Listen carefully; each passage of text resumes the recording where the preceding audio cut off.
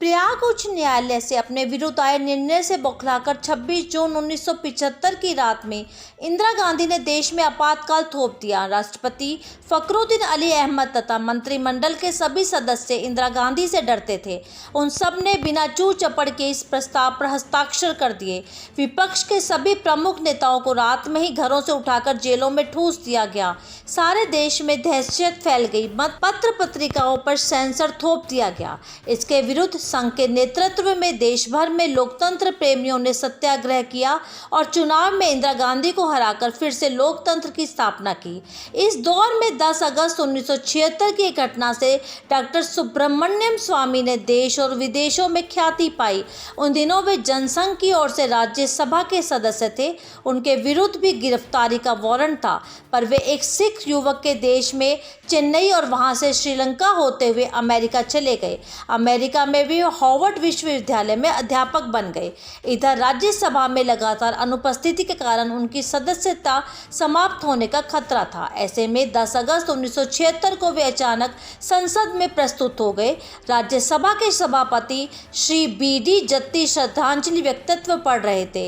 इसी बीच खड़े होकर सुब्रमण्यम स्वामी ने कहा, मान्यवर, आपने लोकतंत्र को श्रद्धांजलि नहीं दी, उसकी भी तो मृत्यु हो चुकी है। सुब्रमण्यम स्वामी को देखते ही वहां हड़कंप मच गया। कई सांसद तो डर के मारे कुर्सियों के नीचे छिप गए। श्री जत्ती ने सबसे 2 मिनट मौन रखने को कहा। इस बीच श्री स्वामी संसद भवन से निकलकर अपनी कार से बिरला मंदिर आ गए। यहाँ उन्होंने अपनी कार खड़ा कर दी। उस समय संजय गांधी की जनसभा के बाद एक जुलूस निकल रहा था। वे कपड़े बदलकर उसमें शामिल होकर रेलवे स्टेशन आ गए। वहां से मथुरा, नागपुर, मुंबई, नेपाल और फिर अमेरिका पहुंच गए। भारत सरकार हाथ मलती रह गई। संसद में प्रस्तुत होने के 2 दिन बाद BBC लंदन में उनका एक व्यक्तित्व प्रसारित हुआ। इससे भारत सरकार के मुंह पर कालिक पुत गई, पर सच यह था तब तक वे भारत में ही थे।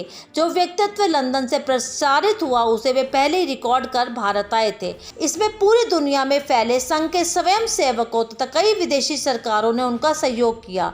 इससे श्री स्वामी पूरे विश्व में प्रसिद्ध हो गए। जैसे छत्रपति शिवाजी औरंगजेब की जेल से निकल भागे थे, वैसा ही चमत्कार उन्होंने किया था।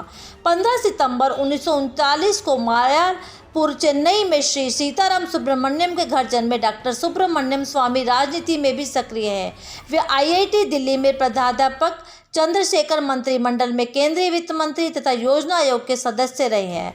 प्रखर हिंदुत्ववादी श्री स्वामी ने अनेक पुस्तकें लिखी। श्री राम सेतु आंदोलन को परिणति तक पहुंचाने का श्रेय उन्हीं को ही है।